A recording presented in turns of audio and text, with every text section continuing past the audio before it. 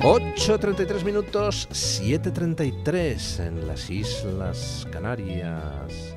Y comenzamos nuestra tertulia de lujo de hoy. Doña María Jamardo, ¿qué tal está usted? Muy bien, muy buenos días, don Luis. Disfrutando del anticiclón, por fin. Bueno, ¿cuánto va a durar? No lo sé, pero lo que dure. Preguntaremos a la AEMET y entonces haremos lo contrario. Don Samuel Vázquez, ¿qué tal está usted? Buenos días. Estoy frustrado, pero contento. Frustrado, pero contento. Porque es la demostración de lo que algunos llevamos diciendo años, lo que está pasando estos días, y la frustración la llevamos desde hace tiempo. Contento porque tenía en algún momento que saltar de todo. Estamos hablando, se está refiriendo, por supuesto, al dimitido director adjunto operativo de la Policía Nacional, ¿no? Sí, no solo a él, sino a la camarilla al completo, porque no es él. Que nadie piense que a día de hoy, después de esta dimisión, cese o lo que haya sido, que me da igual, Jota no manda en la policía. En la Policía Nacional manda Jota. Toda la camarilla y todos los puestos de responsabilidad que hay en la toma de decisiones, en los órganos más influyentes dentro de la policía, están ocupados por puestos, por policías que él puso, él y el director general Pardo Piquera. Siguen mandando en toda la policía, en toda la estructura. Hace muchísimos años, hablando con un comisario de policía, me dijo algo que se me quedó grabado. Dice, es que vosotros los periodistas y los políticos tendéis a analizar las cosas políticamente. Y entonces pensáis, policías del PSOE, policías del PP, policías de derechas, policías de izquierda. Dice, olvídate, eso no funciona así. En la policía lo que hay es cuerdas. Es decir, tú eres de la cuerda de Pardo Piqueras, pongamos.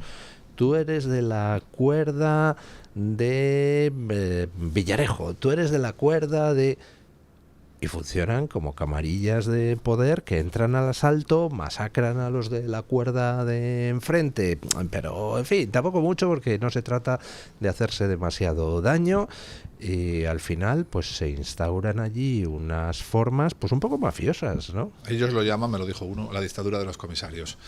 Provoca que solo 20 tipos tengan un control absoluto de toda la pirámide jerárquica.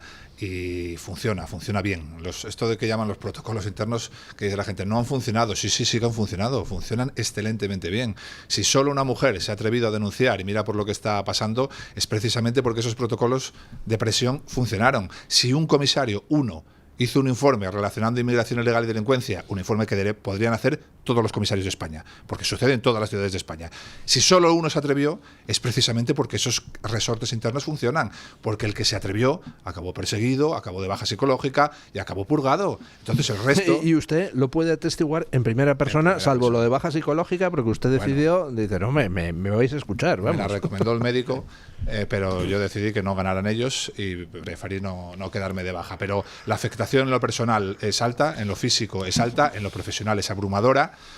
Y es el resumen de cómo actúan, explicado por un mando, cuando yo le dije que iba a ganar todos los juicios, es muy sencillo. Me dijo, tú no ganas nunca, Samuel, porque a ellos los juicios no les importan nada. La decisión final de un juez no hace dimitir a nadie, no hace cesar a nadie. Cuando ganes todos los juicios, ellos seguirán ahí. No era su tiempo, no era su dinero. Ellos te agotan en el proceso. En ese proceso de agotamiento, un expediente detrás de otro, tu familia se ve afectada, te intentan abrir imputaciones judiciales. Ellos te agotan en el proceso. Quieren que te quedes de baja psicológica o que decidas agachar la cabeza y no levantar la voz nunca más. Y si consiguen eso, ellos ganan. Si luego tú ganas los 5 contenciosos, a ellos les da exactamente igual. Y ahora traigo a colación la frase del DAO en una de esas grabaciones que al parecer se sabrán pronto, están judicializadas, en una de esas frases que él dice a este comisario, cuando el comisario le dice, me apartasteis ya de otro puesto y lo he metido en el contencioso. ¿Cuál es la respuesta del DAO?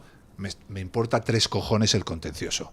¿A qué se va a hacer lo que yo diga? Porque yo estoy por encima incluso de los jueces. Eso era la tónica habitual en la camarilla. Eso era lo habitual. Y no es solo uno, son unos cuantos. Y ojalá caigan todos uno detrás de otro, por el bien, primero de los ciudadanos, y segundo, de todos los que hemos llevado con orgullo un uniforme y una placa. ¿Por qué salta ahora el tema? ¿Por qué salta ahora el tema? Sí, es decir, porque finalmente alguien pues se atreve a judicializar las cosas. Muy significativo eso de que al final la denunciante se haya ido directamente a la justicia, porque a través de los canales internos no había forma. Pero ¿por qué ahora? Es decir, ¿ya por fin se ha perdido el miedo? Bueno, yo creo que hay una doble componente. La primera, efectivamente, que los tiempos de la denunciante en este caso han sido los que han sido, entre otras cuestiones porque no es fácil dar un paso como el que ella ha dado. Precisamente porque no solo afecta a la parte penal y a la agresión sexual presuntamente denunciada, que es ya grave en sí misma y sobre todo viniendo además de manos de un policía en activo con un cargo de responsabilidad que no es un ciudadano de a pie cualquiera. Es decir, sería igual de grave una agresión sexual, una violación en cualquier caso, pero en este es especialmente doloroso porque se supone que quien tiene que velar por el cumplimiento de la ley, por la no comisión de los delitos, por el respeto a la jerarquía, a las mujeres, a la transparencia en el organigrama de una institución tan respetada y tan querida por los ciudadanos como es la Policía Nacional. Y aquí quiero hacer, y abro un paréntesis, una separata entre los hombres y mujeres que forman parte de ese cuerpo que nos cuida y nos protege y quienes mandan, lo mismo que pasó en la Fiscalía. El fiscal general era una manzana podrida, pero los fiscales, hombres y mujeres, la mayoría, el 95% de los que ejercen su profesión lo hacen con dignidad y ateniéndose a la ley y a sus obligaciones dentro de esos cargos. Y la segunda, el régimen descomponiéndose. Yo creo que es parte de una pieza más de este puzzle de descomposición institucional en la que se está viendo y se quiere además dejar en evidencia cómo todo lo que está tocado por el régimen socialista de Pedro Sánchez se deshace, se desprestigia, se ensucia, se vulgariza. Y esta es una más. Era conocido desde hace tiempo que había efectivamente una especie de estructura parapolicial dentro de la propia policía, en la que una serie de comisarios principales, con mando en plaza, que toman las decisiones, que lideran los grupos y las jefaturas correspondientes, pues actuaban por su cuenta y riesgo en algunos aspectos, y lo hacían no para el interés general, no para el mejor bienestar de los ciudadanos y no con la intención de hacer mejor su trabajo, sino de cumplir con las consignas del poder y de su propio beneficio personal y de su propio interés personal. Y es bastante frustrante, como decía mi compañero al principio, y sobre todo bastante decepcionante ver que hay gente que llega a puestos de poder que se presuponen ejemplares y para los que teóricamente tienes que contar con una catadura personal y moral, además de profesional, impecable, y resulta que no estaban en la cúpula los mejores. Se me permite solo, la decadencia de la que habla María es fundamental a la hora de marcar los tiempos, porque esto es una cuestión de tiempos. ¿Por qué? Totalmente. ¿Por qué ahora surge esta denuncia? Primero, cuanto más cerca esté el fin de un régimen, y este ya se ve cerca, menos miedo tienes a denunciar porque los tipos que te acosan van a dejar de ser poderosos en muy poco tiempo. Y segundo, que es muy importante lo que ha dicho ella, aquí hay familias, aquí hay grupos, como tú has dicho, hay clanes. Y el clan que quiere sacar la cabeza con el nuevo gobierno, esos resortes internos que frenaban a todas estas gentes, les animan en no, ahora es el momento, queriendo ser ellos los próximos líderes de clan cuando llegue el nuevo gobierno. Entonces, lo que eran todo frenos, ahora ya es alguna invitación. No tengas miedo y tal, y tú vas a vender eso al poder político. O al menos algún respaldo o la sensación de que tú no eres de los mismos o de la misma catadura y efectivamente aportas algo de apoyo a esa tierra movediza que antes era para las denunciantes. No es la única, hay una segunda denuncia que hemos conocido en las últias horas, o al menos la pero intención esa es sobre acoso laboral, creo. Sí, pero ¿no? es igual, o sea, quiero decir, hay el hecho dos de acoso laboral y otra también sexual. De acoso sexual. Sería una segunda sexual y dos de acoso laboral. El hecho... O sea, ya hay 4. Sí, hay bastante marejada de fondo, pero el hecho es el mismo, con independencia, insisto, de que penalmente la valoración de unas u otras circunstancias sea muy distinta. No es igual de grave una agresión sexual que un acoso laboral.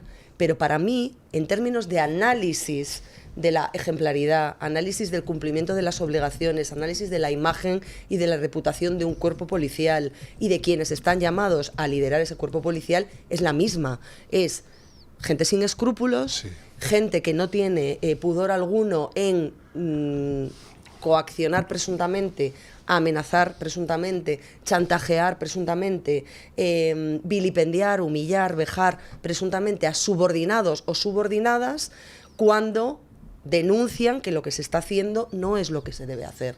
Y eso es, insisto, una podredumbre que efectivamente ya gangrena y que hay que amputar en algún momento. Y quizás este, que es el fin del régimen, que empieza a desmoronarse, pues es el momento de sacarlo a la luz. Por supuesto, todo el mundo tiene derecho a la presunción de inocencia, y cuando alguien es acusado de un abuso sexual, pues bueno, y él dice soy inocente, pues hombre, hay que dejar abierta la puerta a la duda. Pero en este caso, ¿sabemos que tienen en los audios que ha entregado al juez el abogado de la denunciante, de la que dice que el DAO dimitido la violó? Bueno, el abogado dice que se escucha perfectamente la secuencia que ella relata en la exposición de hechos de esa querella. Y yo quiero resaltar dos cuestiones, con independencia de que después se verá en sede judicial, y por supuesto hay que respetarla siempre, porque eso es lo que nos diferencia de aquellos que no son demócratas y que no respetan el imperio de la ley y el Estado de Derecho, que tiene sus cauces. Este señor va a poder explicarse en sede judicial porque ya está citado para esa comparecencia, pero para mí hay dos aspectos relevantes también en el asunto de la querellante, de la víctima, que es la primera, el hecho de que ella sea policía y tuviese la precaución, la agilidad, la previsión de que, en vista de lo que sospechaba que podía ocurrir, porque ella dice que inicialmente no quiere acompañarle a esa vivienda donde él le invita a hablar, a arreglar las cosas, a aproximar posturas y demás, ella pone una grabación en marcha. Segundo, el hecho de que ella pida que sea la Unidad Central Operativa de la Guardia Civil la que perite la validez de ese audio de 40 minutos. Son 40 minutos, o sea, no es una cuestión puntual de 2 minutos que puede llevar a equívoco, en la que falte contexto. Parece que es una grabación larga que habrá que analizar pormenorizadamente, ver qué se escucha, qué dice ella, qué dice él. Ella habla de que en un momento, cuando ella se niega y cuando ella rechaza la posibilidad de mantener una relación sexual consentida con el DAO, que seguía siendo su superior jerárquico, él le dice precisamente eso: ojo, que soy el DAO. Es decir, no está buscando, y en este caso hay un contexto de relación afectiva previa, una aproximación a una expareja en un contexto de igualdad. Oye, yo lo dejo con una persona, me rebelo contra esa situación, quiero continuar con ella, sigo enamorado, presiono por encima de lo debido. Es decir, se pueden dar muchas circunstancias. Es que él trata de empujar a esa mujer a... Ojo, que si no, además de negarte a esto, que puede tener consecuencias para ti, las puede tener profesionalmente, porque yo sigo siendo tu jefe, sigo siendo tu superior jerárquico, sigo abusando de mi puesto, sigo prevaliéndome de esa situación de poder que ejerzo sobre ti desde el punto de vista del ámbito profesional, y es algo bastante revelador. Solo por el hecho de que esta mujer, esta agente en activo, inspectora además, que había ascendido al puesto de inspectora, pida que sea la Unidad Central Operativa la que analice esos audios, y además decidiese no acudir a una comisaría, no porque dudase del compañero que le iba a tomar declaración en ese atestado, sino porque sabía que ese atestado, una vez escalado, probablemente tuviera otro tipo de obstáculos y de topes que no en la vía judicial, donde es imposible que la policía meta mano. Y cuando hablamos de la policía, hablamos de esa cúpula policial que tiene muchos tentáculos y que por lo tanto podía haber silenciado, como ya lo intentó, según la propia querella, anteriormente a que se presentase. Es decir, vamos a eso. El tema, esta mujer denuncia lo que está pasando y entonces internamente se para todo, se corta todo tipo de posibilidad de actuar, no se ponen en marcha los protocolos necesarios, etcétera, etcétera, etcétera. ¿hasta dónde llega esa información? ¿Hasta dónde llega esa ocultación? Es decir, ¿es Pardo Piqueras, el director general de la policía, quien lo para? ¿Marlaska tenía conocimiento o no tenía conocimiento? Si no tenía conocimiento, malo, pero no es lo mismo que si tenía conocimiento y dice, sí, párese esto. Lo que diferencia igual en términos de visibilidad esto de otros casos es que en realidad es muy difícil. Si no hay una consumación con restos biológicos, en realidad es muy difícil demostrar ciertas cosas que ocurren en la intimidad. Pero la carga probatoria, al haber una grabación activada previa, la carga probatoria es lo que lleva al juez de instrucción. No es fácil abrir una instrucción contra un DAO, no es nada fácil. Es decir, el juez lo tiene que haber visto muy claro para abrir alguna pieza de esta naturaleza contra una persona de esta relevancia, ¿vale? Entonces, esto, digamos que lo diferencia de otro tipo de casos. ¿Y hasta dónde llega todo esto? ¿Quién frenó? ¿Quién no frenó? Para eso debería existir, que ya está en marcha, la información reservada. El problema es que todos los que conocemos el monstruo por dentro sabemos que cada minuto de información reservada es un minuto perdido por la justicia, porque no están buscando a todos los culpables, que es lo que deberían buscar. Están buscando cómo tapar a los implicados y cuántos se pueden salvar de esta a base de excusas, a base de pues posibles justificaciones de los unos con los otros, y si hay uno o dos, que va a ser imposible, caerán ese uno o dos, porque conocemos el monstruo por dentro. Y al final, como todo, será muy difícil llegar a determinar quién supo qué en qué momento. Ahora hay informaciones de prensa que dicen que Pardo Piqueras lo conocía desde hace meses. Yo lo he visto eso publicado en prensa porque se lo comunicó en el debate. Lo contamos en el debate. Vale, que se lo comunicó 7 meses antes. En Galicia, un mando policial. 7 meses antes del verano, y de hecho hay un textual que firma mi compañero Alejandro Entrambas-Aguas, y hago solo esa postilla, en el que le dice precisamente el director general a otro mando policial: vamos a ver si tenemos un verano tranquilo. Es decir, antes del verano. Se sabía. No la querella, porque esto es importante. Están intentando jugar con el asunto de la querella. Ya, la querella la saben cuando la publica la prensa, claro, porque es admitida judicialmente. Claro. Nadie sabía de la querella porque precisamente se trataba de preservar esa acción judicial para que nadie pudiera impedirla. Pero el hecho no es la querella en sí misma. El hecho es lo anterior a la querella. ¿Quién conocía dentro de la policía que esta mujer había sufrido este episodio? ¿Quién había participado presuntamente para encubrir al agresor o al presunto agresor dentro de su círculo más próximo, ofreciéndole, segundo Cese, que es su mano derecha, a la presunta víctima que pudiera irse a un puesto de los denominados de interés general o de los más apetecibles, algún ascenso, algún destino, es decir, los muy bien remunerados, para comprar su silencio, cosa que me parece todavía más grave, tratándose de policías. En lugar de denunciar a tu compañero, le ayudas a presionar a la víctima para que no salga a la luz. Al final es el conglomerado del que hablamos. Si el director general lo sabía, solo tenemos dos opciones con Marlaska, dos. Una, la habitual, la de siempre, en un cuerpo jerarquizado, que inmediatamente y ante la gravedad de los hechos se lo comunicara a Fernando Grande Marlaska. Eso es lo que pasa siempre.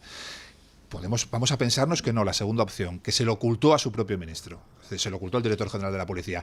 Pero si esto es así, el ministro debió cesar en el mismo día que lo supo a Francisco Pardo Piqueras, y eso no ha ocurrido todavía. No ha ocurrido todavía que el director general de la policía no haya salido a contestar ni una sola pregunta en una rueda de prensa, probablemente porque no tenga respuestas. Cuando le pregunten cuándo lo supo usted, cuándo se lo comunicó al ministro, no pueda responder. Y otra cosa más, dentro de este ámbito de actuación, lo que sí sabemos, como ha dicho María, es que se le ofrecieron varios destinos, lo que implicaría a más miembros de la camarilla, porque no puedes ofrecer una embajada, claro, y al parecer se lo ofreció, sin contar con otros mandos policiales. Con un soporte, claro. Pero y aquí cuidadito, porque esto también hay que saberlo. La unidad que da o quita las embajadas es... No, yo creo que con el gabinete la única, hay 2 o 3 solo, que no depende del DAO, depende directamente del director general de la policía. Es una unidad que no va al DAO en el organigrama, sino que va directamente y que además exige visto bueno del Ministerio de Asuntos Exteriores. Claro, también, que implica otro ministerio todavía más. Entonces, al final, ¿cuánta gente hay implicada aquí? Luego, otra cosa que también se pasa por alto es que esta mujer era su inspectora. Ascendió justo en el momento de los hechos. Estaba en una comisaría de lo que se llama inspectora adjunta, haciendo como el último año de prácticas, vamos a decirlo así, ¿no? Una comisaría, y entonces pide destino en Madrid. En Madrid hay cientos de destinos. Totalmente. Cientos. Y ella pide 100, me parece, una cosa así. ¿Y dónde acaba? Acaba en Miguel Ángel 5, en el mismo edificio en el que trabaja él. ¿Cuánta gente hay implicada ahí? ¿Cómo se acaba ahí? De todos los destinos, ¿cómo se acaba ahí? ¿Cuánta gente hay implicada en esa decisión? Y segundo, ¿dónde estaba la unidad de asuntos internos? ¿Al mando de quién está la unidad de asuntos internos? Un año entero. ¿Dónde estaban? Porque mandaban gente con cámaras a mis charlas. Y a mí me quitaron el arma, la pistola y me suspendieron de empleo y sueldo por un tuit. Por un tuit. Entonces, ¿dónde estaba la unidad de asuntos internos y en manos de quién está la unidad de asuntos internos? Y ya para acabar. Esto ya como una cosa... Como la guinda del pastel. Ya como la guinda. Miren ustedes. El Cuerpo Nacional, la Policía Nacional tiene una serie de unidades creadas al albur de la ideología de género, con una serie de mandos policiales que han ascendido al albur de esa ideología de género, defendiendo unos postulados de la ideología de género que nos hacen, abro comillas, pioneros en ideología de género dentro del cuerpo de la Policía Nacional, que tienen una serie de protocolos y estrategias que hacen que la protección de la mujer sea excelsa. ¿Dónde están? Todos esos mandos que me dieron, sobre todo comisarias, al albur de esto, ¿dónde están? Un año entero. ¿Dónde están los resortes, los medios, las estrategias, los protocolos? ¿Dónde están? Que salgan a dar una rueda de prensa. ¿Cómo podemos decir como cuerpo que estamos capacitados para proteger a las mujeres españolas si no pudimos proteger a una de las nuestras? Con todo el dinero que se ha gastado en esas áreas, los protocolos, las estrategias, los mandos y mandas, por hablar como hablan ellos, y mandas ascendidas al albur de esto, ¿dónde estaban? ¿Dónde están esos protocolos? ¿Fallaron todos? Absolutamente todos. Mire, si usted trajera aquí a alguien del PP, le diría una cosa: nosotros vamos a cambiar los protocolos. Yo le digo, nosotros no vamos a cambiar los protocolos, vamos a eliminarlos. El único protocolo cuando hay una violación es un juez de instrucción. Y aquí se está demostrando que cuando llega el juez de instrucción es cuando empiezan a rodar cabezas. Si no, este tipo seguiría del director adjunto operativo. El único protocolo es un juez de instrucción y que el juez declare secreta la causa y que tome las medidas pertinentes. Esto de crear estados paralelos no sirve para proteger a la mujer, sirve para controlarla. Con Salazar en el PSOE, con Errejón en Podemos y con el DAO en la Policía Nacional.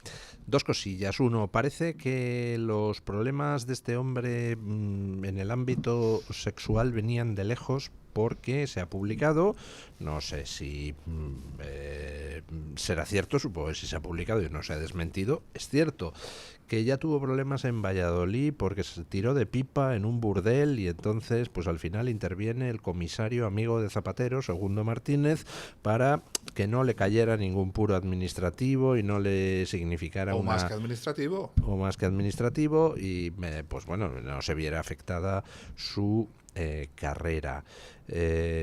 ¿Sabemos si eso es así? ¿Había más episodios? Es decir, ¿lo de este hombre era algo habitual? O... Mire, don Luis, la Policía Nacional, aunque la gente cree que es una cosa muy grande, somos una familia. ¿Por qué? Porque como nos movemos tantos de puesto de destino, siempre se conoce todo el mundo. Es decir, si tú me das ahora mismo el nombre de un Policía Nacional de La Rioja, aunque yo no le conozca personalmente, cojo este móvil y en media hora te digo quién es, dónde ha estado y todo. Porque compartimos grupos de WhatsApp de cuando has estado en San Blas o en Barcelona o en el otro lado, nos movemos mucho y somos una gran familia. Yo he oído al ministro y al director general de la policía decir, pregunten a la policía que este tipo es indiscutido e indiscutible. Se lo dijo Marlaska en sede parlamentaria. ¿Pero con quién hablas tú? ¿Pero con quién hablas tú, ministro? Si en 7 años no has ido una sola vez al Consejo de Policía a escuchar a los policías. Bueno, fuiste una porque se declaró el conflicto colectivo y por ley tienes que ir. 7 años. No tuvo ni una hora para escuchar policías. ¿Con quién habla este tipo? Si tú quieres una referencia sobre J, cualquier persona como yo, que tiene acceso a miles de policías, mandas un WhatsApp a Valladolid y te cuentan todas las peripecias, hombre. Es imposible que el ministro no supiera las peripecias, o el director general. Pero si te lo cuenta cualquier tipo de Valladolid. Y el episodio del que hablas, superaba lo administrativo, claramente. Superaba lo administrativo. Probablemente hubiera supuesto el fin de la carrera profesional. Pero, si tienes un tipo que te dice, te voy a sacar de esta, pero cuidadín, que cuando llegue el momento de la verdad, voy a intentar luchar para que tú seas el DAO. Recuerda siempre que me debes una. Recuerda siempre que me debes una. Y yo trabajo para estos, para un clan específico dentro de la política con un par de nombres, 2 nombres. O sea que recuerda que cuando yo te promocione para DAO, yo te saqué de esta. Y aquí no solo podía haber acabado tu carrera profesional, podía haber llegado al ámbito penal. Y entonces ese tipo está cogido ya por los... Para los restos. Para los restos, pero con una llamada a Valladolid. Esto lo sabía todo el mundo, hombre. Una última pregunta y ya dejamos este tema, vamos a la pausa publicitaria y hablamos de lo de la noticia sobre las pruebas escamoteadas en el accidente de Adamuz. Una última pregunta, porque me llamó mucho la atención lo que publicó anteayer, ya no recuerdo si era Voz Populi, si era The Objective, si era El Español, si era El Confidencial, de que Koldo... era El Español. Koldo se reunía periódicamente con el asesor del director general de la policía, Pardo Piqueras. Despachaban semanalmente. Lo cual me sorprendió la noticia porque indica que Koldo, que era hombre de Sánchez, puenteaba semanalmente a Marlaska para hablar con el director general de la policía. Entonces, ¿cuál es exactamente el papel de Marlaska? Pero incluso las reuniones creo que siguieron, según lo publicado, después de detenido Koldo. Sí. La gravedad ya... Mire, yo le voy a decir lo que le dijimos a Marlaska desde una policía para el siglo XXI la primera semana que le nombraron en el cargo. Le mandamos una misiva desde la Asociación Una Policía para el Siglo XXI. Le pedimos una hora, no le pedimos más. Le dijimos, reúnose una hora con nosotros. No sabe usted en manos de quién se va a poner. No conoce el monstruo por dentro y va a acabar como el anterior ministro y como el anterior en una batalla que usted no puede ganar. Sabe que ahora van a desfilar los de la última cúpula de Rajoy por el juzgado, ¿no? Kitchen, implica ministro, implica director general, implica Fernández Díaz. Dao también, Sí. implica todo, ¿no? Y le dijimos, va a acabar usted así, no sabe usted en manos de quién se está poniendo. En una hora le explicamos el monstruo por dentro. En una hora no sabe usted lo que se va a evitar los próximos años, sino... Él comentaría con la cúpula policial, le dirían, con estos no te reúnas ni de broma, y el resultado es el que es. Él tendrá ahora que asumir su responsabilidad, porque el DAO no es una elección cualquiera, no es el típico, bueno, pon a este... No. Este tipo debería llevar 2 años jubilado, es una apuesta personal del ministro. Entre los cientos de comisarios que hay en España, muchísimo más capacitados que él y con muchísimo más conocimiento que él, después de llegar a los 65 decidió apostar y seguir diciendo que él seguía, lo hizo además en el decreto de la Dana, con nocturnidad y alevosía. Por lo tanto, es una apuesta personal del ministro. Y ya, a la que le puede haber llevado el director general, pero él la ha asumido. La ha asumido, claro que le puede. No, yo estoy seguro que la ha llevado el director general, no tengo dudas de eso. Pero bueno, que cuando uno ostenta responsabilidad, tiene que asumir la responsabilidad del cargo. No vale solo para cobrar tener un chofer. Cuando tú haces una apuesta tan grande, es decir, entre los 100 y pico comisarios que hay en España, o 400, no sé, los que hay, tú decides que solo este vale, llega a los 65 años y solo este vale. Pero coincide usted conmigo en que esas reuniones periódicas entre Koldo y el asesor de Pardo Piqueras, el director general de la policía, demuestran que el hombre de Sánchez en el Ministerio del Interior es Pardo Piqueras, el director general de la policía, no Marlaska. Don Luis, se lo dije a María antes entre bambalinas. Yo tengo pocas dudas de algunas cosas, pero como todavía estoy en juicios contra esta, incluido Pardo Piqueras, no puedo decir más, pero yo tengo pocas dudas de algunas cosas, de quién es el máximo responsable real y a quién arrastró él. Lo cual no quita responsabilidad a los que se dejaron arrastrar, ojo, pero yo tengo muy pocas dudas de quién está en el eje de esto y a quién defendía. Y con quién se reunía tiene mucho que ver con lo de a quién defendía. Es decir, para defender Ciudadanos no necesitas reunirte con Koldo. Si te reúnes con Koldo es porque quieres defender unas estructuras de poder bien establecidas y unos discursos políticos bien establecidos. Y ya no digo más porque tengo que sentarme... Pues pausa publicitaria y cambiamos de asunto y vamos a hablar sobre lo de las pruebas extraídas del accidente de Adamuz por Adif con nocturnidad y quizá alevosía. Pausa y ahí. Bueno, hoy nos despertábamos con una noticia ciertamente peculiar y para mí muy preocupante. Adif retiró elementos del escenario del accidente de Adamuz sin permiso judicial y de madrugada, llevándose trozos de rieles, por ejemplo, y de soldaduras a un depósito que tienen en Hornachuelos, y allí dice el operario que recibió la orden verbal de retirar todo eso y llevárselo a ese depósito, que se hicieron pruebas no destructivas. Bueno, me parece un caso gravísimo. A mí también. O sea, ¿cuál es exactamente la razón de que Adif se llevara de madrugada, sin autorización judicial, trozos de un escenario de un accidente mortal con 46 víctimas? ¿Qué se pretendía? No lo sé, pero para empezar, todo eso que se llevó, por supuesto, ya queda invalidado como prueba. No hay una cadena de custodia, o sea, ¿esto es normal que llegue una compañía ferroviaria y se pueda llevar de un sitio algo sin autorización judicial? Pero sobre todo teniendo en cuenta, a mí me parece, el dato clave, fue una orden verbal. Es que no hay más preguntas, señoría.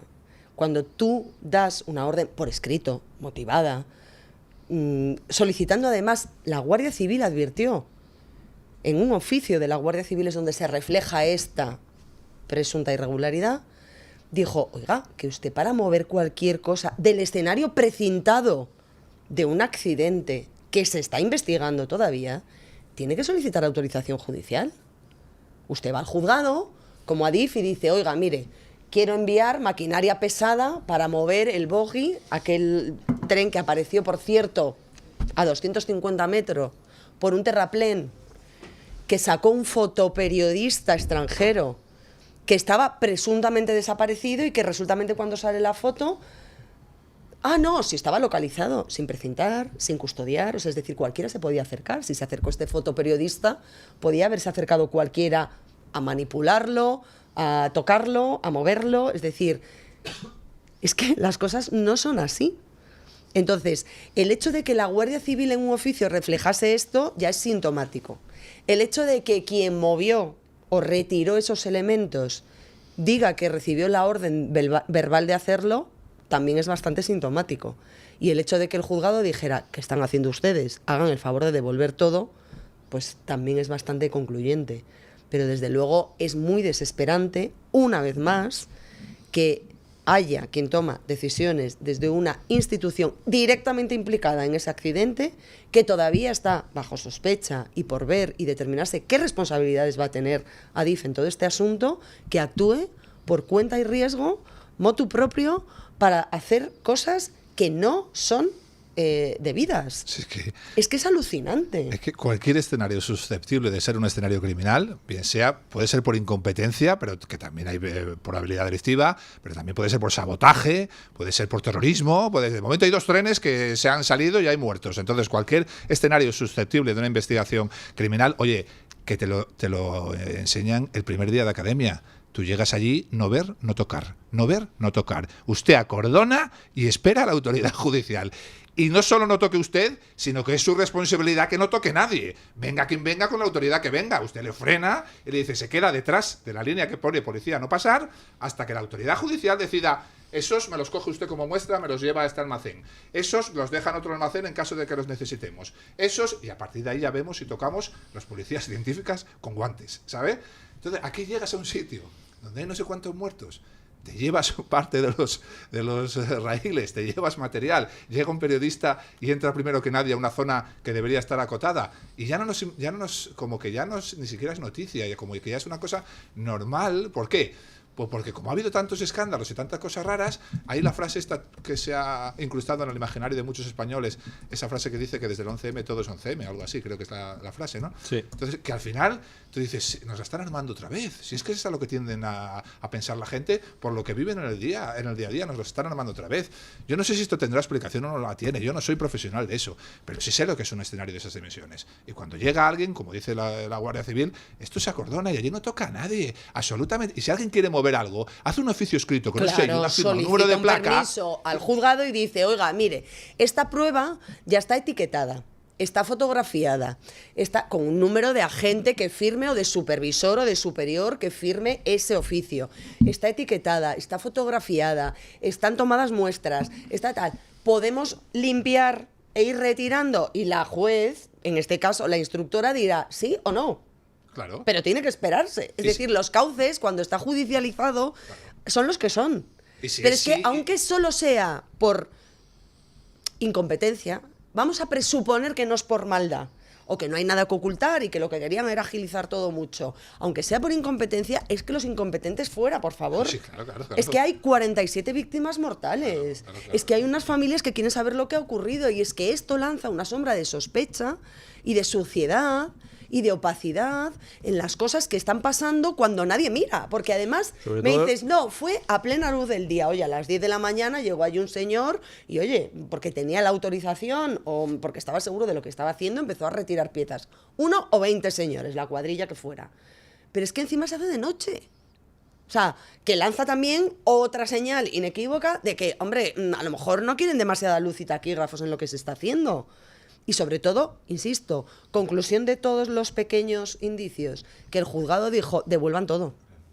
Pero claro, ¿hasta qué punto esa devolución se hace sin haber manipulado nada. No, pero eso es ¿Quién que- acredita No. que no se ha manipulado? Ya no hay cadena de custodia. Claro. Al sitio Es donde lo decir, lleves tiene que haber un policía en la puerta 24/7. Y cuando es relevado, por cambian supuesto. la hoja de relevo, su número de placa por otro número de placa. Y que Si no hay nadie esa hoja, no hay entra, cadena de y custodia. si entra alguien, que entre con otra autorización Claro. para decir, oiga, mire, yo soy de la pericial, de la Policía Nacional, de la Guardia Civil, de ADIF técnico, de la Comisión Independiente de Accidentes Ferroviarios, CIAF, vengo a Claro. fotografiar, sacar más muestras.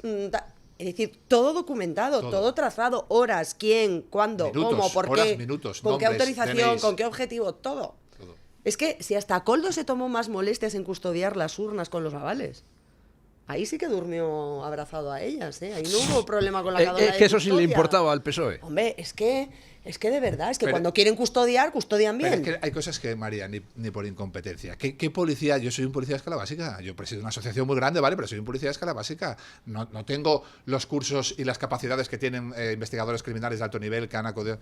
Todo el mundo sabe que si tú te llevas de un escenario algo, una pieza, La invalida. tienes que llevarla con autorización judicial a un almacén donde ese almacén esté custodiado por un policía 24/7 y cuando hay un cambio de relevo cambia el número de placa en la hoja de custodia 24/7. Si no, en el juicio, esa prueba cualquier abogado, cualquiera, Lógicamente. te la va a tirar porque se ha roto Lógicamente. la cadena de custodia. Si Claro. es que eso... Habrá Llega que el juez aclarar, y- habrá que y a eso- aclarar todo esto, ¿eh? Y a eso se une el que la Guardia Civil denuncia que Adif está tratando de retrasar la Sí. entrega de informes.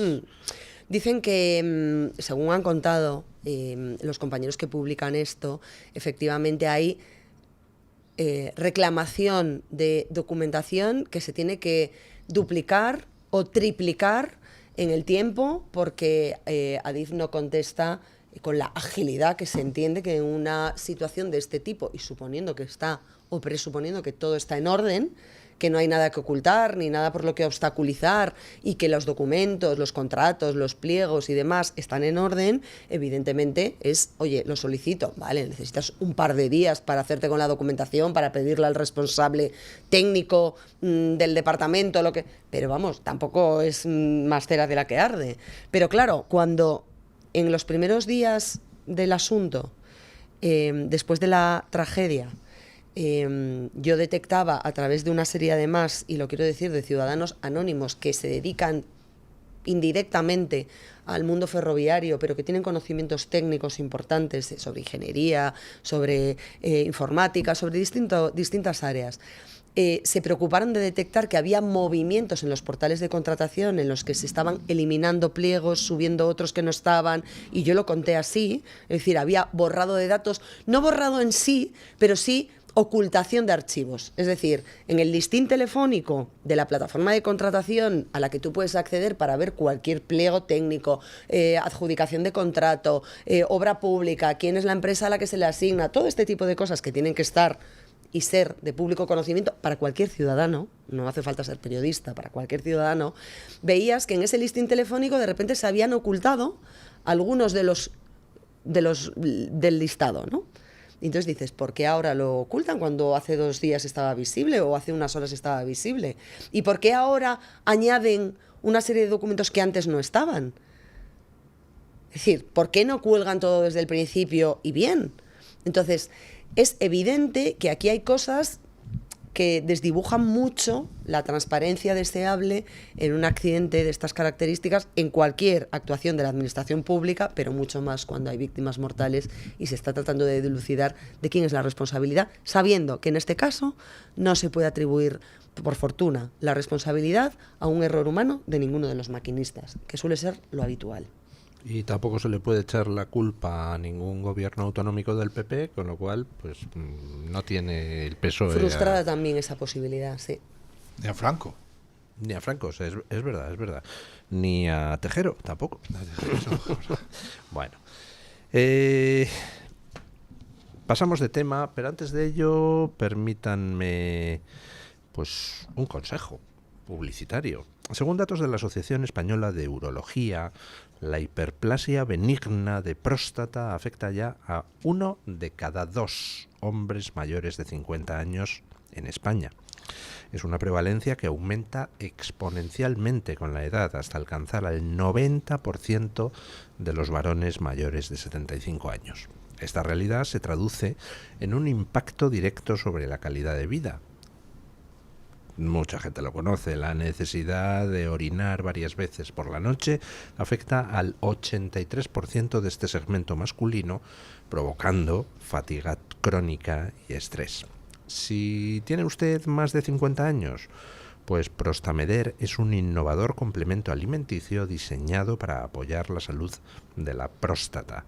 Con Epilobium parviflorum, Prostameder puede ayudarte a disminuir el riesgo y contribuir a la función prostática normal. Haz una elección prostactiva por tu salud. Visita mederinutrición.com y conoce cómo Prostameder puede ser el aliado que necesitas. Bueno, comentaba yo hoy en las noticias, vamos a cambiar un poco de asunto y vamos a hablar de temas políticos. Comentaba yo hoy en las noticias que parece pues que hay buenas nuevas del campo de las negociaciones entre PP y Vox. Parece ser, informa algún medio, que este domingo Feijóo y Abascal hablaron pues como una hora para desatascar las negociaciones que hay en marcha en Extremadura, en Aragón y las que próximamente habrá que poner en marcha en Castilla y León y muy posiblemente en Andalucía, donde cada vez más encuestas apuntan a que es posible que Juanma Moreno pierda la mayoría absoluta y por tanto pase a depender también de Vox. Y yo decía, no sé si estará de acuerdo doña María Jamardo conmigo, que en realidad la presión de Vox en el tema de las negociaciones pues le va a venir estupendamente a nivel interno a Alberto Núñez Feijóo. Cada vez estoy más convencido de que el mejor aliado de Feijóo en estos momentos es Vox, y el mejor aliado de Vox en estos momentos es Feijóo, porque le está obligando todo ese lío que hay con distintas sensibilidades del PP en 200.000 sitios, le está obligando a Feijóo a mojarse, a implicarse, pero a su vez eso implica que Feijóo, si toma las riendas de las negociaciones, pues entonces adquiere más mando en plaza del que tiene, porque a veces, ya saben ustedes que eso de los varones territoriales, pues les da por tratar de ir a su bola y eso va en detrimento de lo que es la dirección centralizada. Hay un hecho que creo que no puede escapar a nadie, ni a Vox ni al Partido Popular, en lo que queda de legislatura y en lo que resta de pactos, que van a ser muchos, electorales, post-elecciones o comicios autonómicos. Y es que Sánchez está dispuesto a quemar todas las naves, y cuando hablo de todas las naves hablo a todos los ministros que ha colocado a dedo en las territoriales para que se enfrenten a esas pugnas de poder en cada una de las comunidades autónomas que están llamadas a votar en los próximos meses, y hablo de Castilla y León y Andalucía, ya hemos pasado por Aragón y Extremadura, para presentar el auge y el crecimiento exponencial de Vox como un riesgo para la democracia que solo puede frenar él. Nadie más que yo es capaz de hacerle frente a esta gente.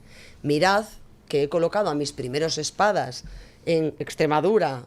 Bueno, en Extremadura se desmarcaron del señor Gallardo, ¿no? Pero en Aragón, en Castilla y León y en Andalucía, y mirad lo que ha sucedido. Solo yo puedo frenar a la extrema derecha ultra facha peligrosísima. Y creo que el intento y la voluntad de Feijóo y de Abascal de leer esto, de entenderse, de cumplir con el mandato de las urnas, que es que gobierne la lista más votada, pero no excluyendo a nadie. Al revés, integrando aquellas partes del discurso que el Partido Popular había perdido y que tiene que catalizar Vox sí o sí. Y el hecho, insisto, de que Feijóo, además, tras esa conversación de una hora con Santiago Abascal, dijese: no voy a orillar ni a poner líneas rojas a la tercera fuerza política de este país, es un salto cualitativo. Y me parece muy importante. Porque hasta ahora había habido una presión mediática, política, partidista, de la izquierda y de la extrema izquierda, porque ya todo es extrema izquierda, hasta el PSOE es extrema izquierda en este momento, contra la posibilidad de que PP y Vox se entendiesen, que Feijóo de alguna manera embridaba, bueno, con paños calientes, que si sí, que si no, que si, ¿cómo me viene? No, sin complejos. Y yo creo que esto es muy relevante de cara al discurso de unas generales.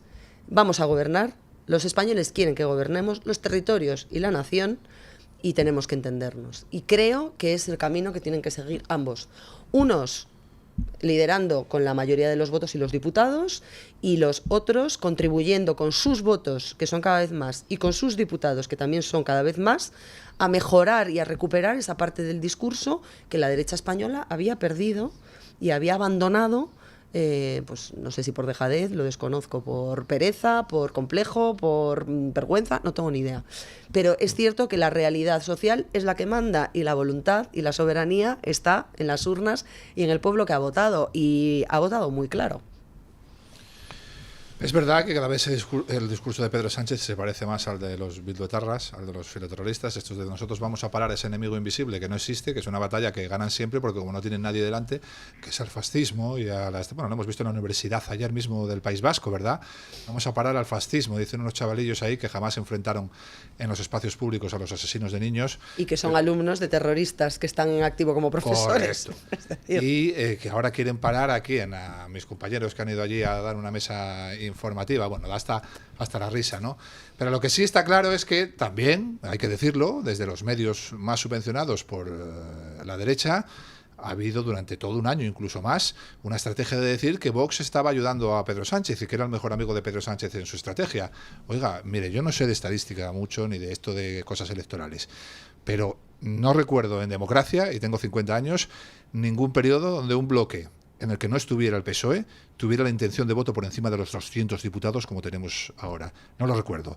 Por lo tanto, la estrategia de Vox, igual tan mala para echar a Sánchez, no es. Porque yo no recuerdo otro periodo donde un bloque político en el que no participe el PSOE esté en todas las encuestas, ya, en la práctica mayoría, por encima de 200. Igual la estrategia mala no era la de Vox.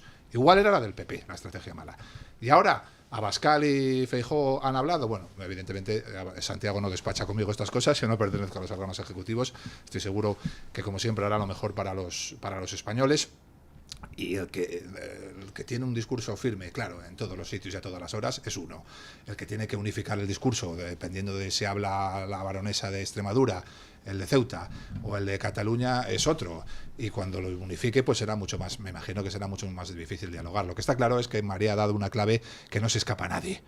Es decir, tú decías si es por cobardía, si es por no sé qué, si es por... Yo es que lo desconozco, no sabemos por qué no sé cómo funciona internamente, ni lo... Yo también lo desconozco. No tengo ni idea. Pero está claro que hay Pero es evidente que ha sucedido. Y esto es así. O sea, esto es un hecho objetivo. Después ya los motivos hay tres escapan. grandes ejes políticos en el siglo XXI que han movido miles de millones y han ocupado miles de cargos, que son la ideología de género, la invasión migratoria y el fanatismo climático. Y el PP se ha sometido a los tres.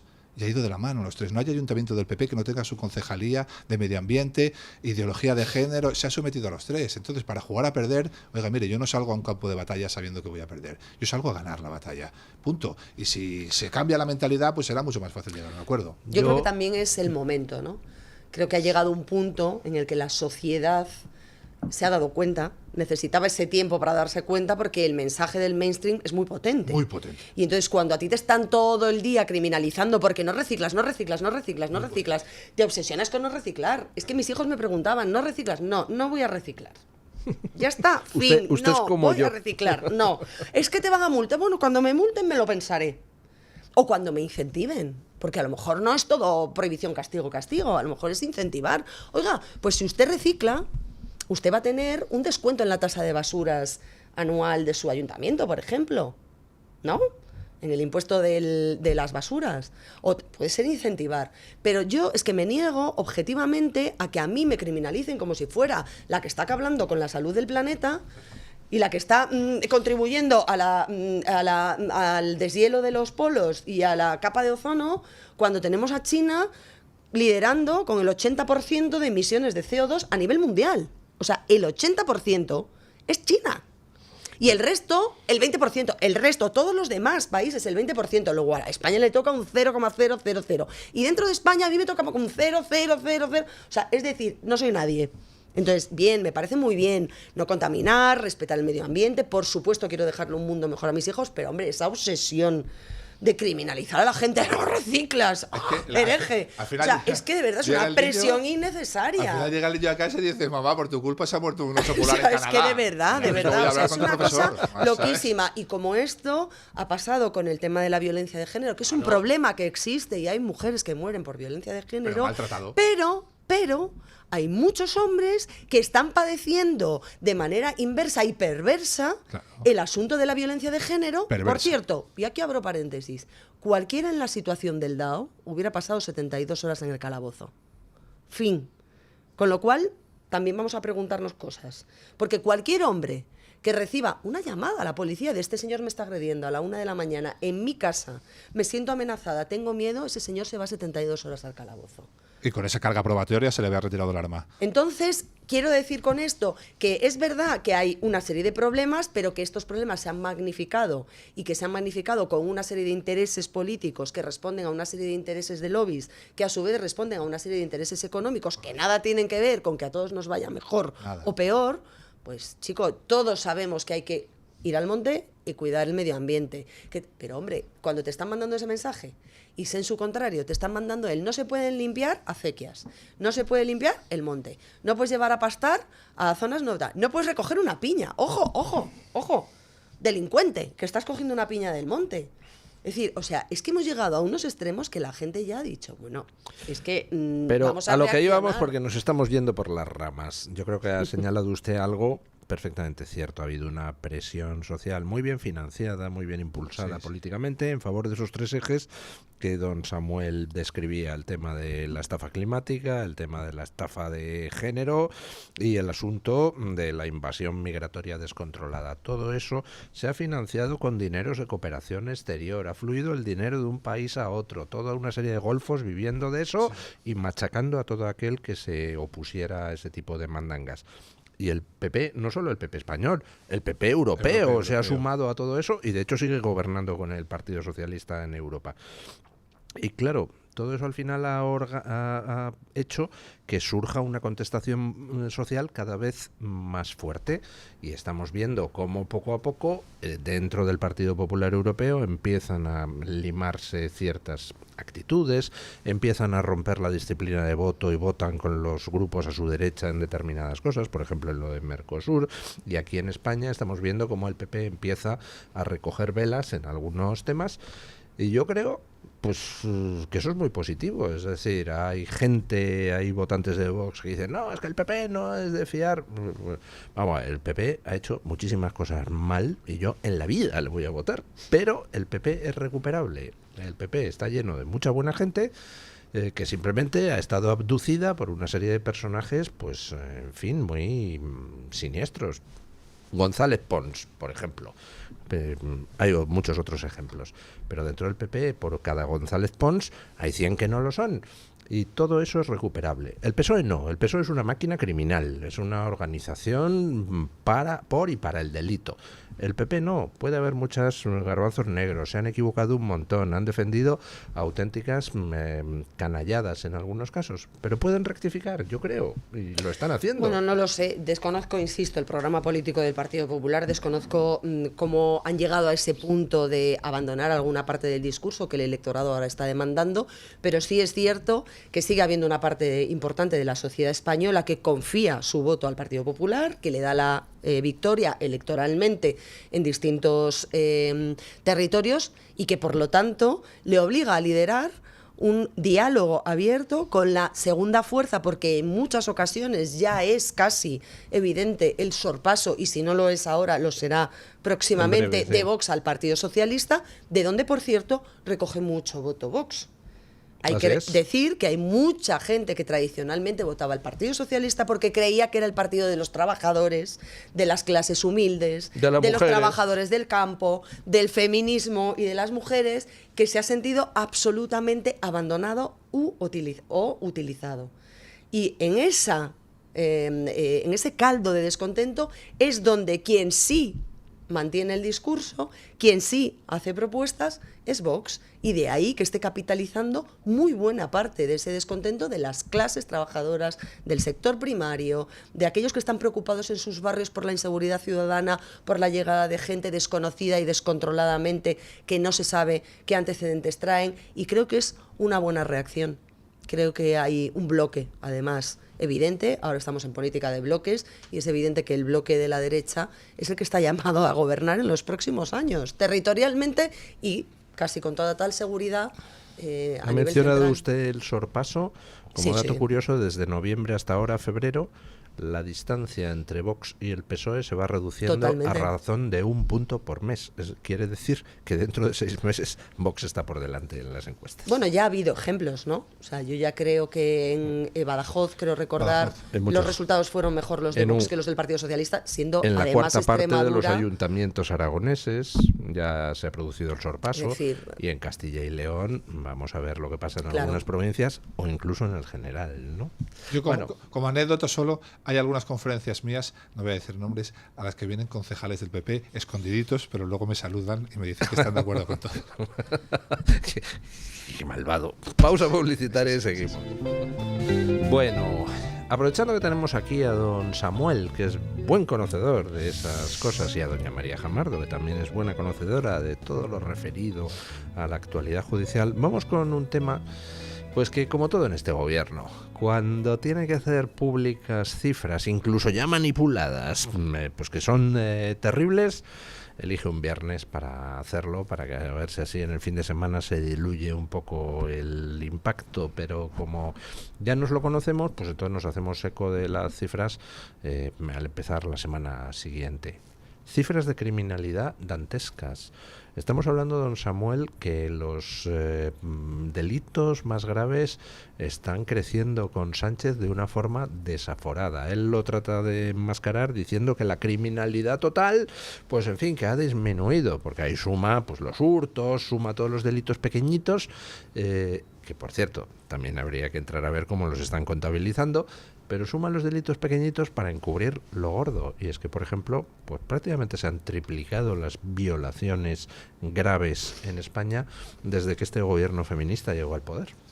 Si alguien quiere saber la comparativa entre el 2017, año anterior a la llegada del gobierno, y esta, basta con que entren en las redes o en la página de Una Policía para el Siglo XXI. Hemos hecho ahí el extracto exacto, todo lo que vean ustedes, además sin marca de agua para que lo coja cualquier periodista, todo lo que vean ustedes en rojo son delitos violentos, suben todos exponencialmente. Todo lo que vean ustedes en negro son los delitos contra el patrimonio, hurtos, que han logrado reducirlos. El problema es que los hurtos son 700.000, si los reduces un 2%, como todos los delitos cuentan uno en ese sistema, el balance ya te da negativo. Y ustedes verán como toda la criminalidad violenta sube exponencialmente, y abajo a la derecha, la cifra final del balance, que es la que dan en las ruedas de prensa directores generales, ministros y delegados del gobierno, da negativo. ¿Por qué? Porque si bajas un 2% de los hurtos, como son 700.000, ya da igual lo que suban asesinatos, violaciones, secuestros, porque todos cuentan uno. También baja la sustracción de vehículos, los robos con fuerza, es decir, o sea, a ver, nos toman el pelo. Pero fíjate, María, fíjate que la trampa va... Me alegro, que se roben menos coches, pero vamos. No, pero es que la trampa va mucho más allá. Pero si a cambio violan a más gente, pues no sé si ganamos mucho, es el que, balance. ¿habéis oído ahora que el ministro ya no habla de criminalidad convencional? ¿Habéis oído el concepto? Bien, es un concepto que también... ¿Por qué? ¿Qué ha pasado?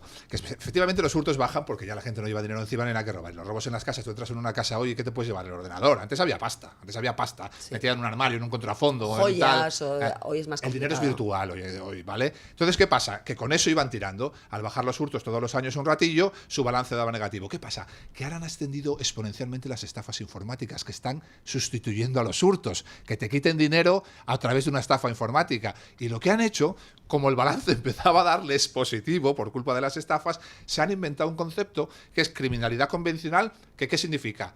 Todos los delitos, excepto las estafas informáticas, para que les dé otra vez negativo. Son unos sinvergüenzas. Y el delegado del gobierno de la Comunidad de Madrid, diciendo que estamos en mínimos históricos, eres un sinvergüenza. Detrás de esa frase hay niñas violadas, hay chavales pasados a machete. Eres un sinvergüenza. Toda la criminalidad violenta la tienes en rojo desde el año anterior a la llegada de este gobierno. Exponencialmente en algunos casos, como las agresiones sexuales a mujeres. Y sales a una rueda de prensa a decir que estamos en mínimos históricos. Ningún periodo de gobierno de ningún presidente del gobierno, ni de izquierdas ni de derechas, en toda la democracia desde la muerte de Franco, había vivido en tantos por ciento los aumentos exponenciales de agresiones sexuales, homicidios, sumado tentativa y consumado, y delincuencia violenta que este. Ninguno. Solo tienes que ir atrás y mirar.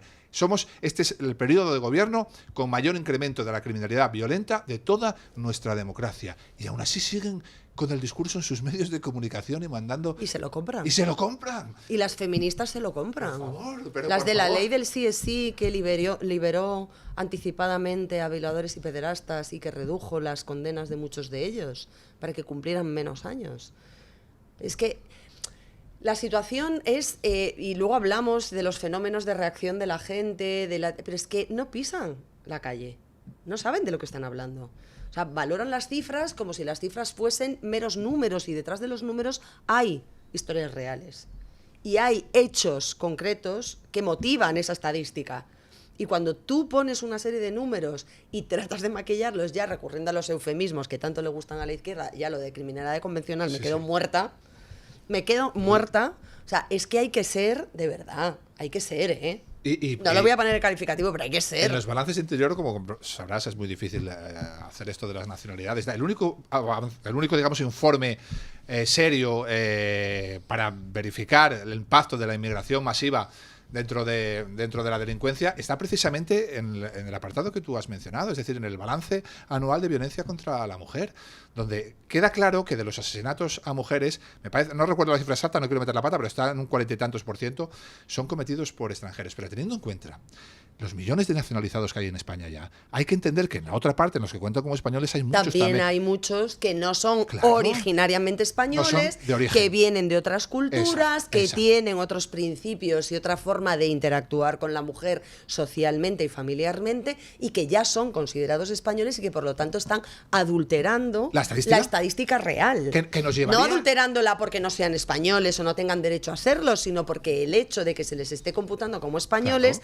parece que son españoles de origen, nacidos en España, de padres españoles, de 5 generaciones, de 5 apellidos españoles, que deberían hacer la película. 5 apellidos españoles, ¿no? Pues 8 apellidos españoles. Si asumes eso como una realidad palpable, tienes que asumir que probablemente el número de mujeres asesinadas a manos de extranjeros de origen extranjero esté por encima del 50%, cuando estamos hablando de un perfil que es solo masculino, es decir, estamos hablando de varón, de varón extranjero. Un 7, un 8% de la población comete más del 50% de ese tipo delictivo. Entonces, ¿qué me vendes feminismo? ¿Qué me vendes para la invasión migratoria y evitar las cosas? Claro, y luego otra cuestión. Estamos viendo que una de las pioneras, o sea, una de las comunidades autónomas que apostó por esa llegada de inmigrantes, que ahora vemos que además han colapsado las comisarías, los puntos de atención para la regularización esta masiva que promete el gobierno y demás, que son los pakistaníes, que es Cataluña. Cataluña tiene a 5 de las ciudades más peligrosas, donde más delincuencia se comete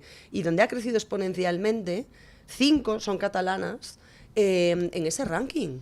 Y resulta que tienes a los Mossos de Escuadra cobrando más que la Guardia Civil y la Policía Nacional. Pero oiga, no se preocupe, porque este cuerpo policial lo que interesaba es que no llevase la banderita de España en el uniforme, que sea la policía nuestra. Oiga, y están cobrando más y tienen muchísima más delincuencia. De verdad, o sea, es que de verdad. Y Sánchez diciendo, no sobra nadie.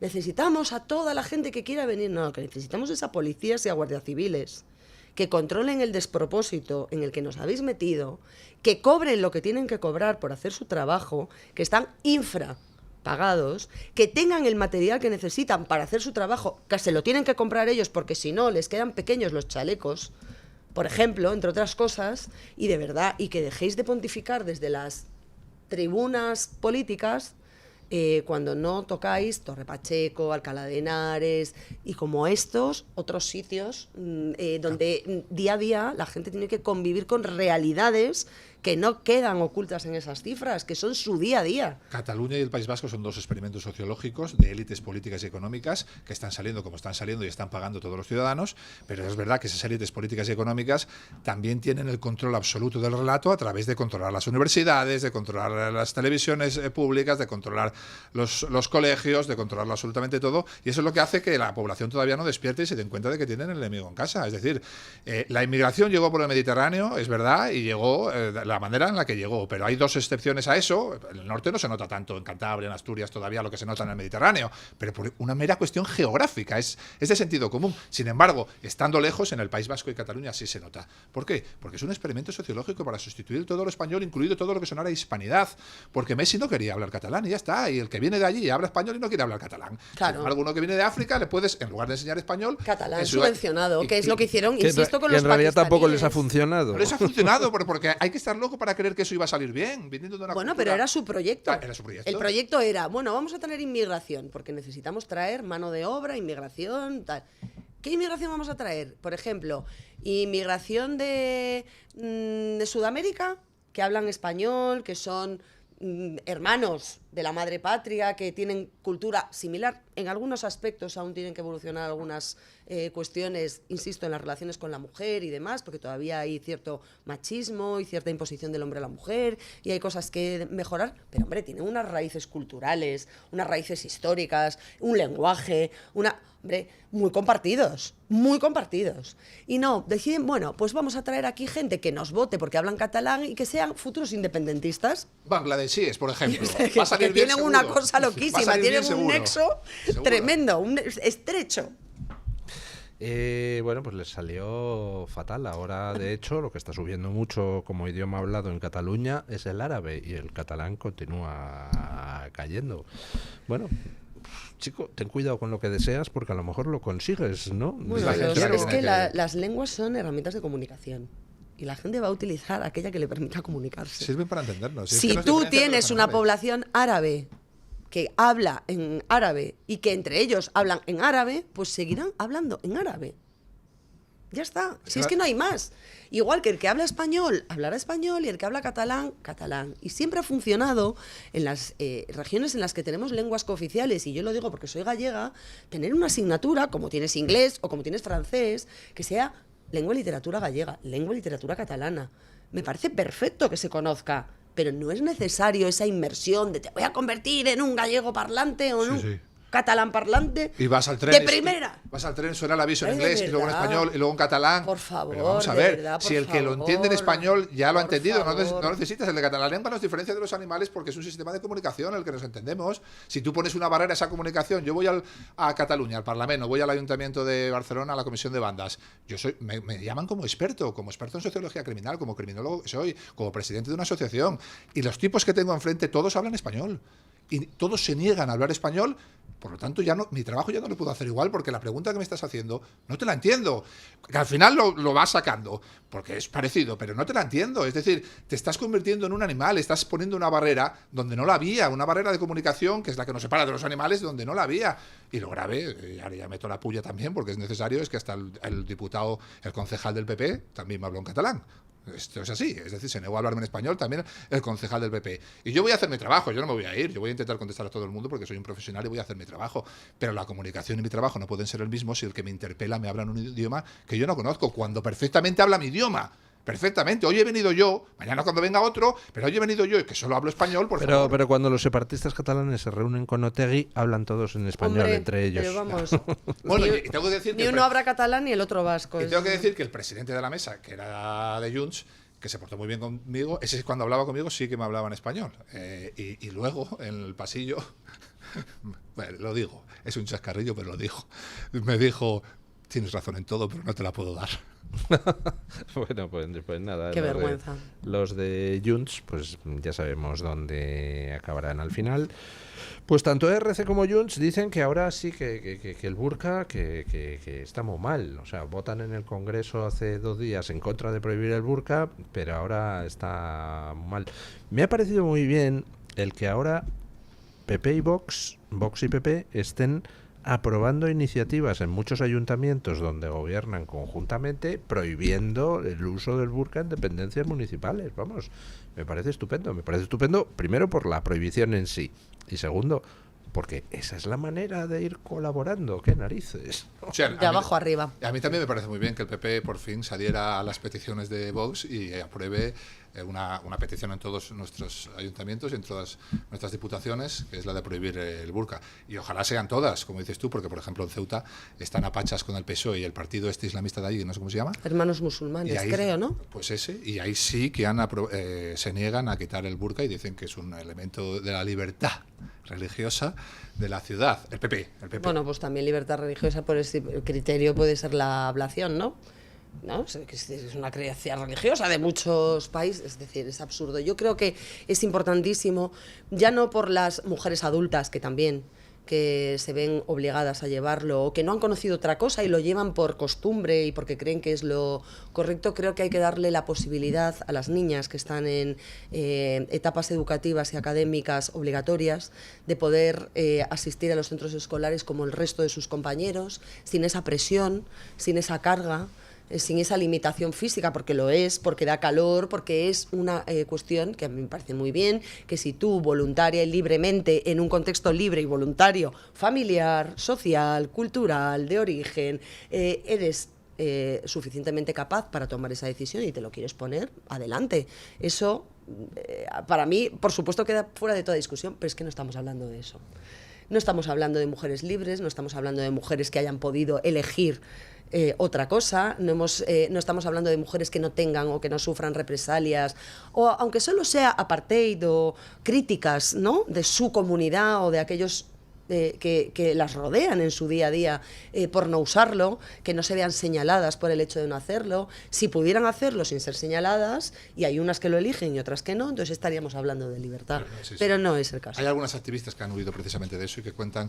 y te cuentan que es una imposición. Y te dicen, mirar la tasa de suicidios de las niñas, mirar incluso la tasa de accidentes en esos países, porque te quita la visión periférica, evidentemente, a la hora de cruzar una carretera. Pero si ya no es por una cuestión de seguridad, ¿no? Es una cuestión de respeto a la identidad personal, a la elección libre, a cómo quieres ser, vestirte, manifestarte. Es que no estamos hablando de culturas occidentales en las que la mujer elige libremente. Si yo mañana me quiero poner un cuerno en la cabeza, lo haré pues porque me ha dado la idea pero lo hago en una libertad. A mí nadie me presiona, a mí nadie me obliga, me da igual que me juzguen o no. O sea, tienes la capacidad para hacerlo con ese criterio, pero es que no estamos hablando de eso. Y cuando desde pequeña te inculcan simplemente el hecho de que el cuerpo del hombre y el de la mujer son distintos, pero no distintos fisiológicamente, que es una evidencia, sino distintos para mal, porque el de la mujer hay que esconderlo y el del hombre no, ya es un consentimiento viciado. Si tú te pones un pañuelo, un chador, un hijab, un burka, me da igual el grado, ya es un consentimiento viciado.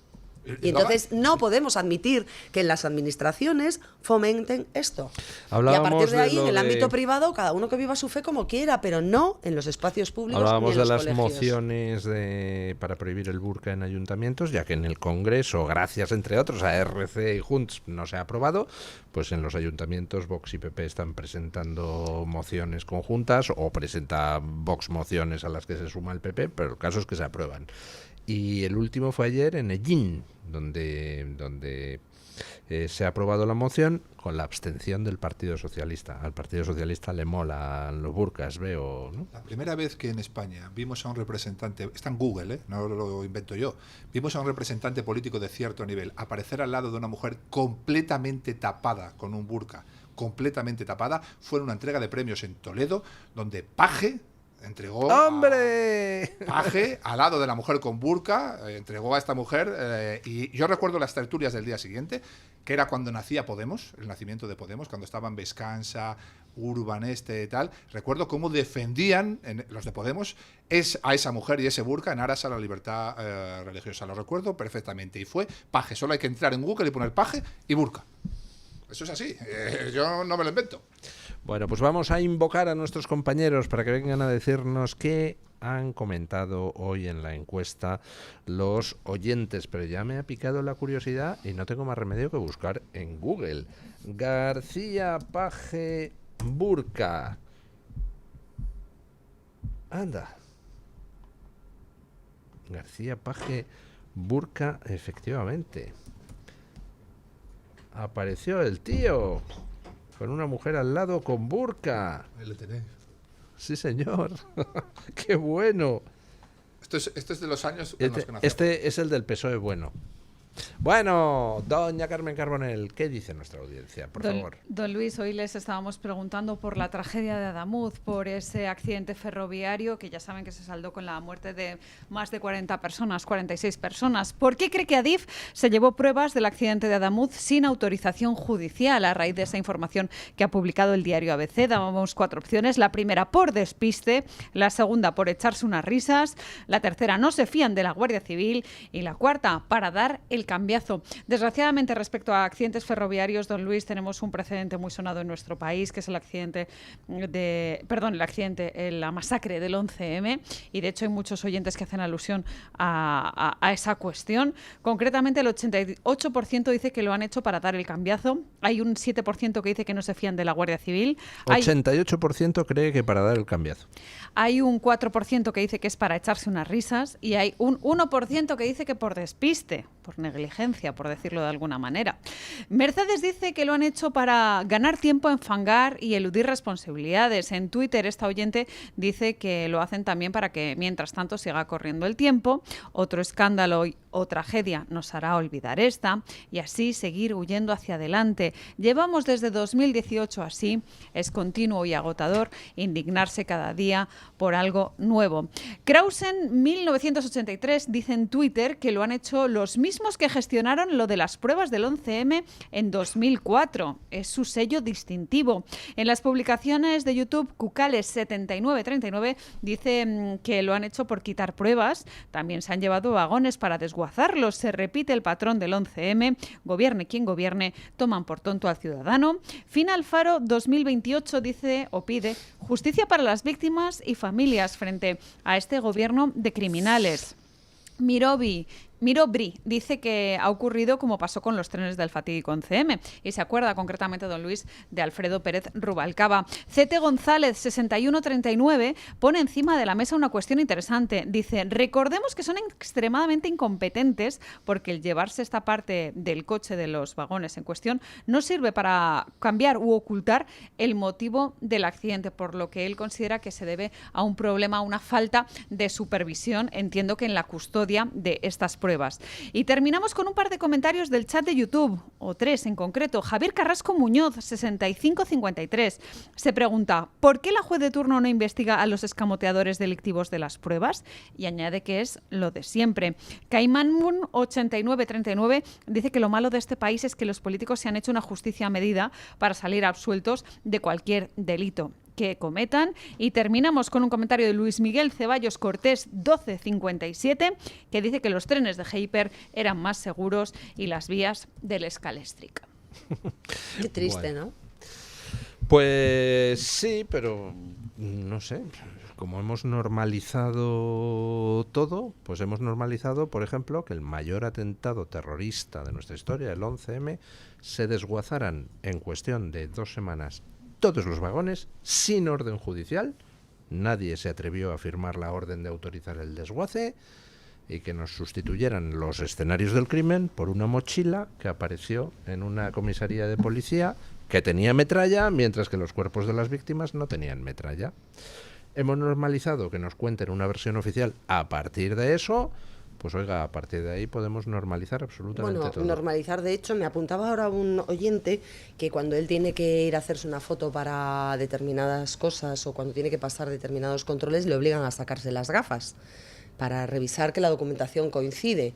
Y en cambio estamos normalizando que una señora que solo se le ven los ojos pase por un control. Yo voy a contar una anécdota brevísima de lo último que me sucedió en el aeropuerto de Madrid, en Barajas, donde iba a pasar un control de seguridad.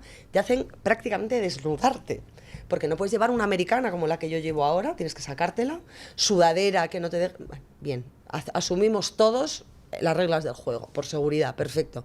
Pero es que en la fila de al lado pasaban simultáneamente 2 mujeres árabes con un hombre árabe. El hombre pasó el control y las mujeres pasaban con la cabeza cubierta y con una especie de túnicas sueltas que no le obligaron a quitarse. Tú tienes que sacarte una gorra, un gorro, lo que lleves, excepto, y eso sí que es verdad que tengo que decirlo, que lleves un pañuelo motivado por que estás pasando una enfermedad como un cáncer, en donde no te obligan a sacar ese pañuelo. Pero, insisto, las ropas sueltas de la mujer, que iba vestida por debajo normal, era una túnica, tampoco se la sacó.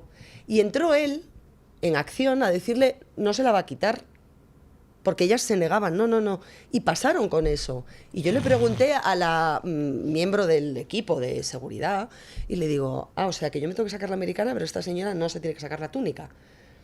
Entonces, me parece muy... Me dice, bueno, ya, pero es que esto es por cuestiones religiosas. Digo, bueno, pues yo llevo la americana por religión.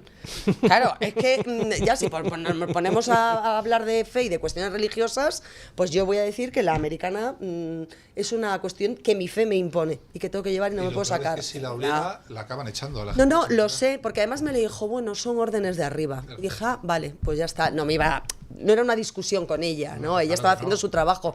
Pero es la hipocresía y la diferencia de, oye, yo me tengo que desnudar, quedarme prácticamente sin nada y ellas pueden pasar como vayan. Y no me parece justo.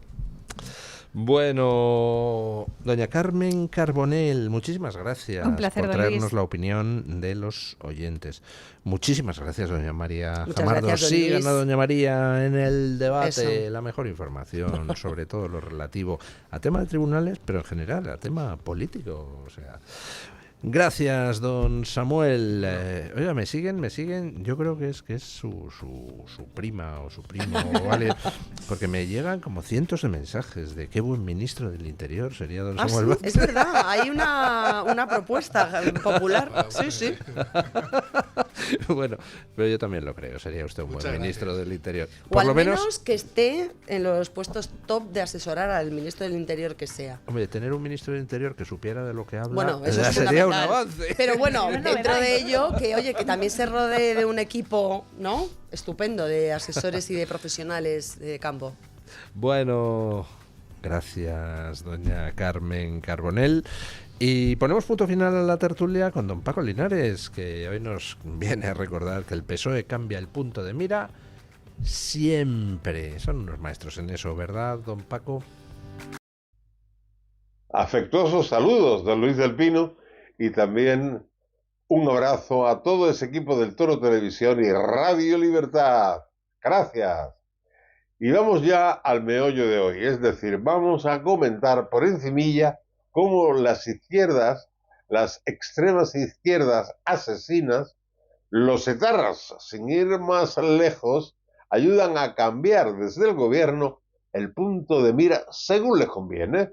Ahora estamos revisando la trayectoria del ministro del Interior, Fernando Grande Marlaska. Pues a descifrar los documentos del 23F de hace 45 años. Miren ustedes, Grande Marlaska primero derribó al coronel Diego Pérez de los Cobos, lo persiguió y acabó con su carrera profesional y no pudo ascender a general. Segundo, durante su mandato los narcotraficantes asesinaron en Barbate a 2 guardias civiles. Tercero, los errores se multiplican sin admitir ninguna responsabilidad. Pegasus, desmantelamiento de Oconsur, maletas de Delphi, compra de mascarillas al grupo Coldo, excarcelaciones de etarras tras el acuerdo Otegi Sánchez a cambio de apoyar presupuestos. Al día de hoy, con el mal temporal en el estrecho interior, no dio la orden de neutralizar con drones a un centenar de narcolanchas que se refugiaron en puertos seguros.